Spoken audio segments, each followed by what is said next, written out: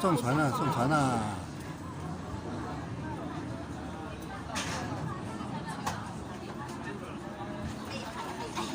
哎呀，撞船了！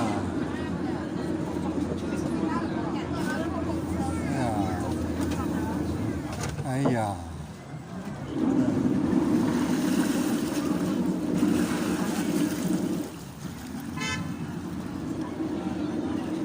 这是秦淮河上面，看有多少个游船。尊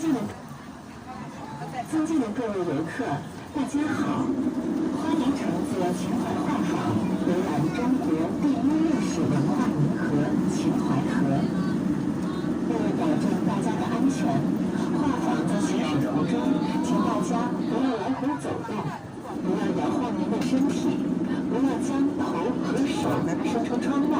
你再推到后面就不行了。垃圾请放入垃圾桶内。谢谢您的合作。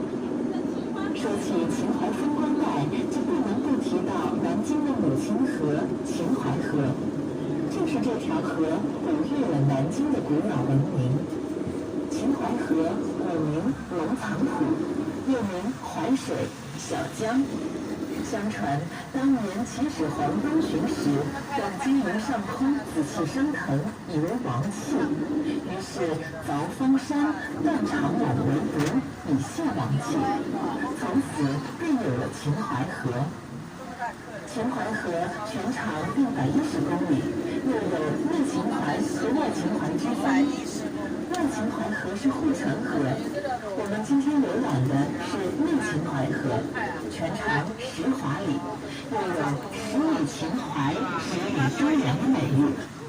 在此，我们预祝各位游客朋友能在这里度过一段美妙的旅程。